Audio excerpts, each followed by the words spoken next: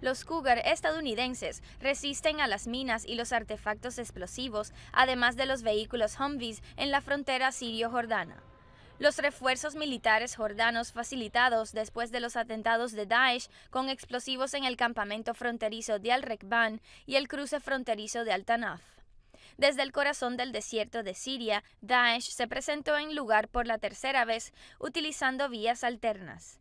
Una operación militar jordana estadounidense británica en la línea que se expande a lo largo de la frontera entre Jordania y Siria permitiría formar una muralla cuyo componente son las fuerzas tribales sirias, evitando de esta manera involucrar a Amán de manera directa en el territorio. El ejército de Ahrar al-Shaer y Usud al-Sharqiya, después del fracaso del ejército de Siria Nueva, Jordania preparó, entrenó y armó a 3.000 combatientes de las tribus del desierto y el oriente sirio para combatir a Daesh. No hay combates con Daesh en el campo de Al-Suaida. Las balas son disparadas contra los elementos de Daesh que se retiran hacia el Raqqa. Las fuerzas de las tribus llenaron el vacío dejado por Daesh para aislarlo en el desierto de su retaguardia en la cuenca del Yarmouk.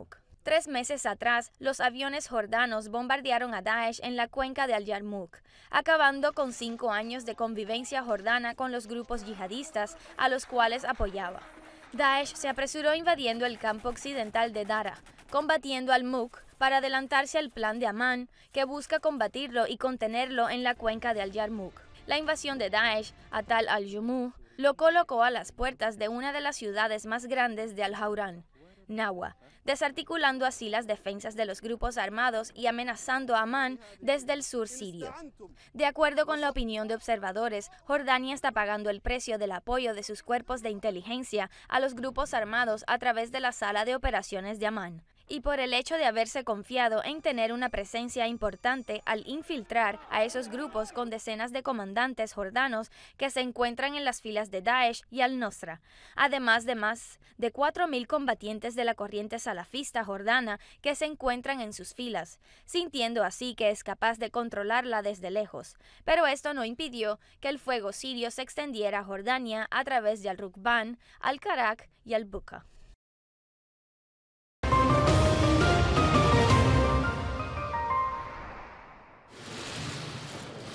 Serán estas las nuevas provocaciones que esperaba Vladimir Putin que ocurrieran cuando comprobó lo que sucede en Siria con los acontecimientos de Irak en 2003. Los datos disponibles pueden proporcionar una respuesta. La movilización militar jordano-británica estadounidense en el Frente Sur, y la que algunos describen como sospechosa, está asociada con otras movilizaciones, como lo es el traslado del gigante carguero estadounidense Liberty Passion desde Italia hasta el puerto de Aqaba. Washington dice que participa en misiones del mantenimiento de la seguridad en esa parte del mundo, pero su impacto sobre los protagonistas ha sido diferente. Hay quien sostiene que ha trasladado refuerzos militares adicionales al ejército sirio libre para enfrentar precisamente al eje Damasco y sus aliados, facilitando un apoyo estadounidense para establecer una zona de seguridad que garantice los intereses de Jordania e Israel por igual. ¿Acaso nos encontramos esta vez ante un escudo del Éufrates sureño y el maestro es estadounidense? Sin duda que cualquier pérdida para el eje de Damasco y sus aliados en esta batalla sería estratégica. Convertir al eje de Dara al-Quneitra en una zona de seguridad aliviaría a Israel de la presión de la resistencia. Por lo tanto, es útil en este caso observar la posición de Rusia. ¿Aceptaría Moscú algún tipo de canje con Estados Unidos en este frente? ¿Y qué podría ser?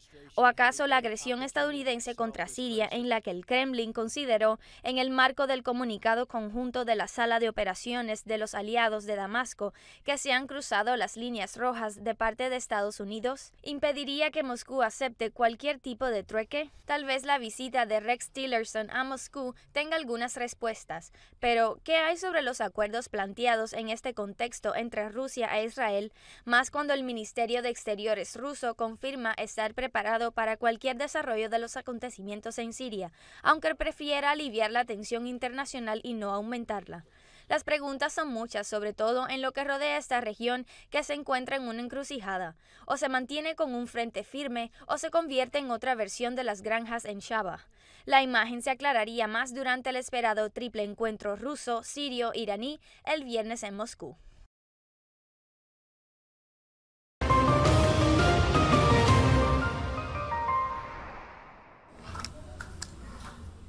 Bardis, que vive en esta institución privada, se encarga de instruir a las huérfanas en el oficio de la elaboración de tartas, pasteles y otros dulces, un oficio que aprendió aquí para ganarse la vida, después de que las instituciones y organizaciones gubernamentales dejaron de dar apoyo a ese sector a causa de la guerra.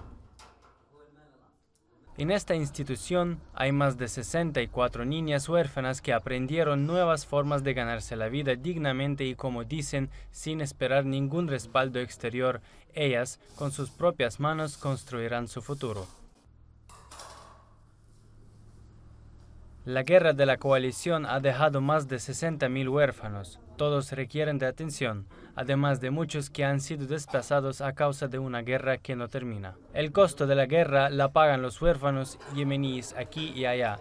Es un sufrimiento que se extiende a lo largo de la vida, en particular con el continuo aumento de su número a causa de los estragos de la guerra.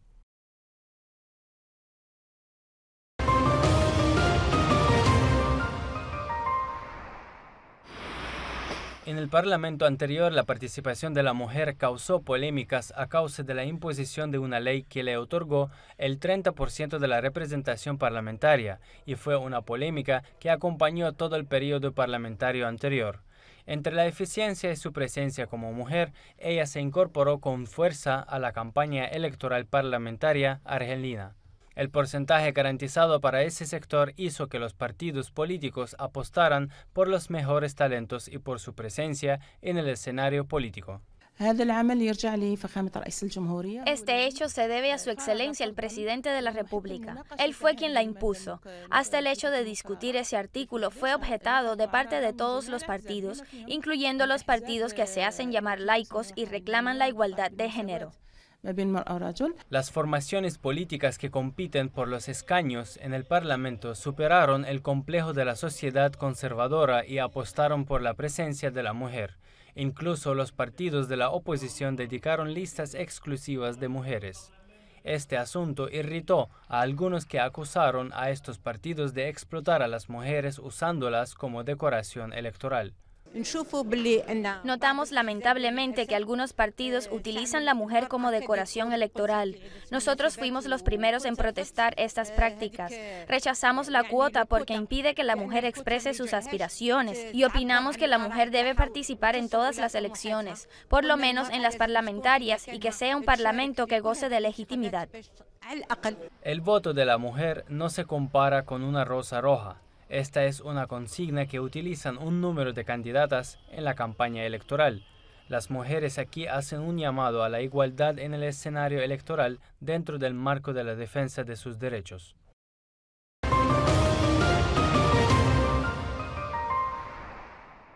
Con la partida de los mártires de los atentados de las dos iglesias en Alejandría y Tanta, se ha hecho posible predecir que ha comenzado una nueva fase en la guerra que se libra entre los cuerpos de seguridad y los militares egipcios, por un lado, y las organizaciones takfiríes encabezadas por la rama egipcia de la organización Daesh, por el otro lado.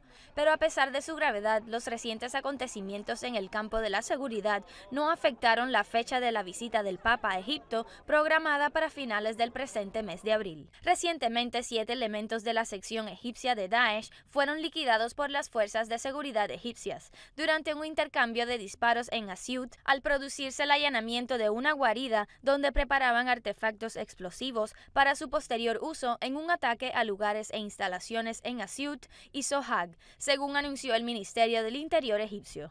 La gravedad de los recientes ataques no solo radica en la magnitud de las pérdidas o en su dimensión sectaria y sediciosa, sino que también en el hecho de que la labor de Daesh en el campo de seguridad ha alcanzado una nueva dimensión geográfica, la cual le exige a las autoridades egipcias tomar medidas inmediatas, como las de desplegar el ejército para proteger las instalaciones vitales en todo Egipto.